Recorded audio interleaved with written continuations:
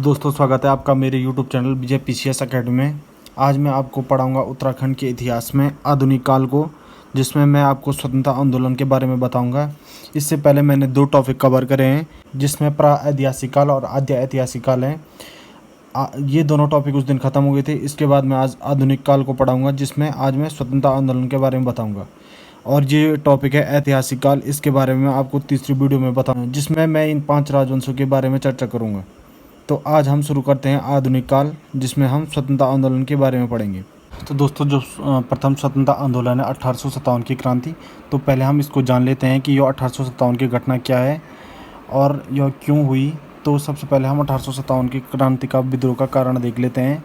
जो 1856 ईस्वी में अंग्रेजों ने पुरानी बंदूक ब्राउन ब्रेंच के स्थान पर नई राइफल जो एनफील्ड राइफल का प्रयोग करने का निर्णय लिया, और इस एनफील्ड राइफल में इन्होंने गाय और सूअर की चर्बी का प्रयोग किया, जो आपके 1857 की क्रांति का प्रमुख कारण बना। इसके बाद आपका जो 1857 ईस्वी में मंगल पांडे ने बैरकपुर में एक गाय की चर्बी को काटने से मना कर दिया, जिस कारण आपके मंगल पांडे को 1857 ईस्वी में फांसी पर लटका दिया गया। तो आपके 1857 की क्रांति का जो प्रमुख कारण था वो आपकी गाय और सूअर की चर्बी का प्रयोग, एनफील्ड राइफल में इसका प्रयोग होने से 1857 की क्रांति हुई। तो इस 1857 की क्रांति को हम एक बार उत्तराखंड में देख लेते हैं कि उत्तराखंड में इसका क्या प्रभाव पड़ा।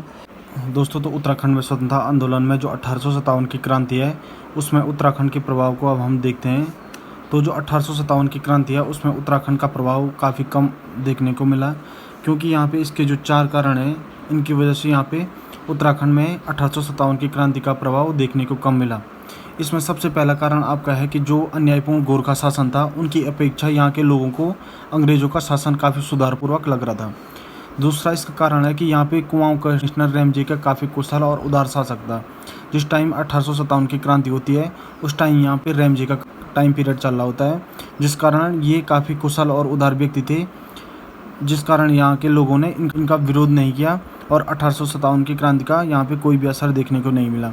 तीसरा जो कारण है इसका वो है कि टेरी नरेशों की अंग्रेज़ों के प्रति भक्ति थी, क्योंकि टेरी नरेशों ने यहाँ पे अंग्रेज़ों को, गोरखाओं को भगाने के लिए अंग्रेज़ों को आमंत्रण दिया था, जिस कारण यहाँ पे टेरी नरेशों के अंग्रेज़ों के प्रति भक्ति थी। और चौथा कारण जो इसका है वो है आपके राज्य में जो शिक्षा, संचार और यातायात के साधनों की कमी होने के कारण यहाँ पे 1857 की क्रांति का लोगों में कम असर देखने को मिला। तो ये 4 कारण हैं जो कि अक्सर पेपर में पूछे जाते हैं, और ये भी क्वेश्चन पूछा जाता है कि 1857 की क्रांति के टाइम उत्तराखंड में कौन सा कमिश्नर था, तो वो आपके रैमजे हैं। यहाँ पे उस टाइम रैमजे का टाइम पीरियड चला था। इसके बाद हम आपको आगे बताएंगे कि जो चंपावत जिले के जो विसुंग लोहाघाट गांव के कालू सिंह मेहरा हैं, इन्हें उत्तराखंड का प्रथम स्वतंत्रता सेनानी भी बोला जाता है। इन्होंने यहाँ पे कुमाऊं में एक गुप्त संगठन चलाया, क्रांतिवीर बनाकर यहाँ पे अंग्रेज़ों के खिलाफ इन्होंने आंदोलन चलाया था।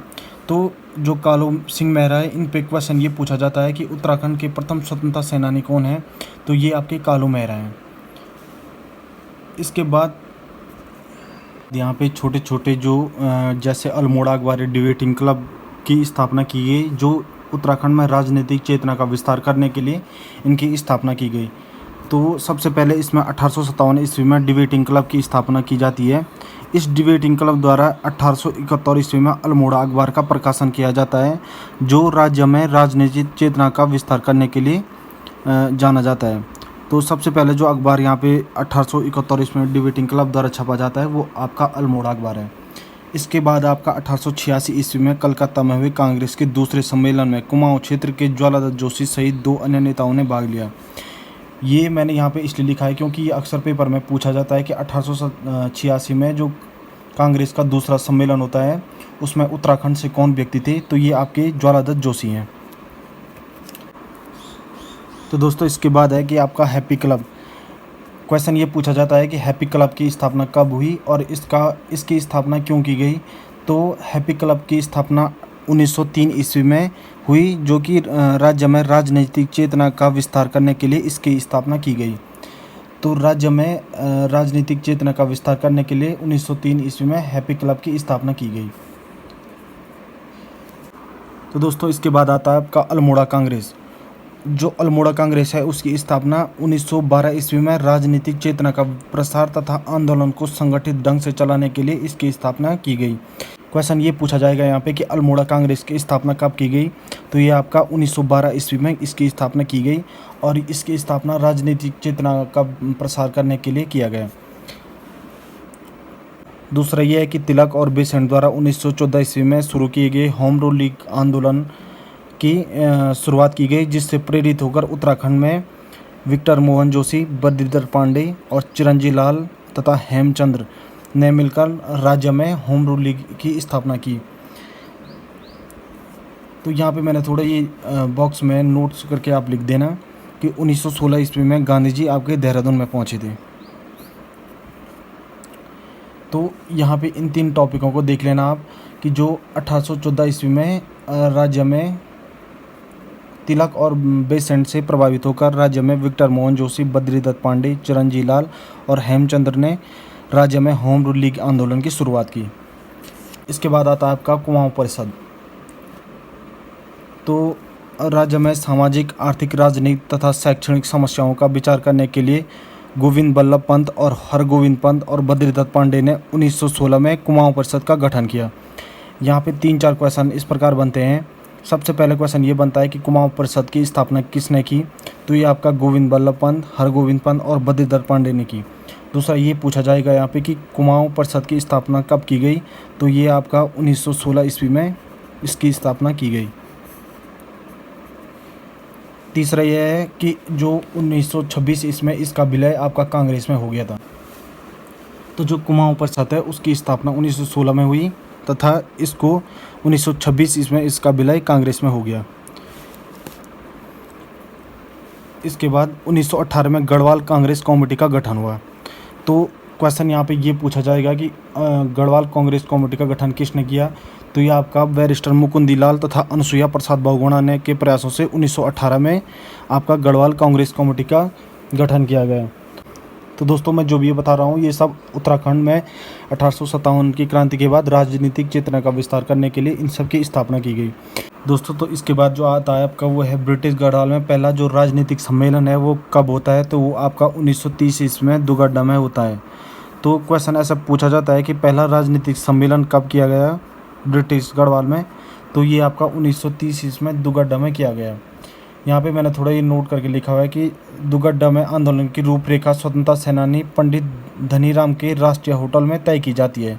जो ये पंडित धनीराम का राष्ट्रीय होटल है यह 1942 ईस्वी तक आंदोलनकारियों का मुख्य स्थल रहा और अब यह अमूल्य धरोहर खंडकर में तब्दील हो चुका है। इसके बाद आता है आपका पेशावर कांड। पेशावर कांड 23 अप्रैल 1930 ईस्वी में होता है। पेशावर कांड में गढ़वाल राइफल के सैनिक जो चंद्र सिंह गढ़वाली हैं इनके नेतृत्व में निहत्थे अफगान स्वतंत्रता सेनानियों पर गोली चलाने से इनकार कर दिया था। यह घटना पेशावर कांड के नाम से जाना जाता है। पेशावर कांड से प्रभावित होकर मोतीलाल नेहरू ने संपूर्ण देश में गढ़वाल दिवस के रूप में मनाने की घोषणा की। तो आपका जो गढ़वाल दिवस है वो कब मनाया जाता है, तो वो 23 अप्रैल को मनाया जाता है। 23 अप्रैल को आपका गढ़वाल दिवस मनाया जाता है। और ये क्यों मनाया जाता है, तो ये पेशावर कांड के उपलक्ष्य में मनाया जाता है।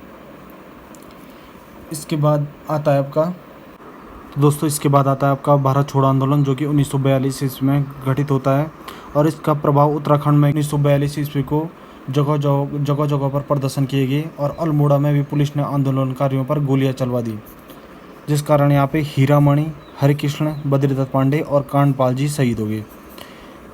भारत छोड़ो आंदोलन के दौरान ये 4 व्यक्ति यहाँ पे शहीद हो गए थे। यहाँ पे ये क्वेश्चन पूछा जा सकता है कि जो बद्रीदत्त पांडे हैं वो कब शहीद हुए, तो बद्रीदत्त पांडे आपका 1942 में भारत छोड़ो आंदोलन के दौरान शहीद हो गए थे। इसके बाद आता है आपका कुमाऊं का बारदोली। तो स्वाधीनता आंदोलन में सल्ट की भूमिका को देखते हुए महात्मा गांधी ने इसे कुमाऊं का बारदोली कहा है। आज भी जो कुमाऊं गांव है उसमें 5 सितंबर को आपका शहीद स्मृति दिवस के रूप में मनाया जाता है। इसके बाद मैंने यहाँ पे नोट करके लिखा हुआ है कि स्वतंत्रता आंदोलन में देवकी नंदन पांडे और भागीरथ पांडे ने ताड़ी खेत में प्रेम विद्यालय की स्थापना की। तो ये क्वेश्चन पूछा जाता है कि ताड़ी खेत में प्रेम विद्यालय की स्थापना किसने की, तो ये आपका देवकी नंदन पांडे और भागीरथ पांडे ने इसकी स्थापना की। तो दोस्तों ये था आपका प्रथम स्वतंत्रता आंदोलन के दौरान जो इम्पोर्टेंट टॉपिक हैं, ये सारे मैंने इसमें कवर कर लिए हैं।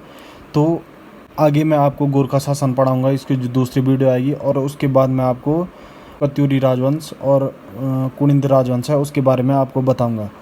तो अगर आपको वीडियो पसंद आती है तो वीडियो को लाइक करें एंड चैनल को सब्सक्राइब करें। Thank you.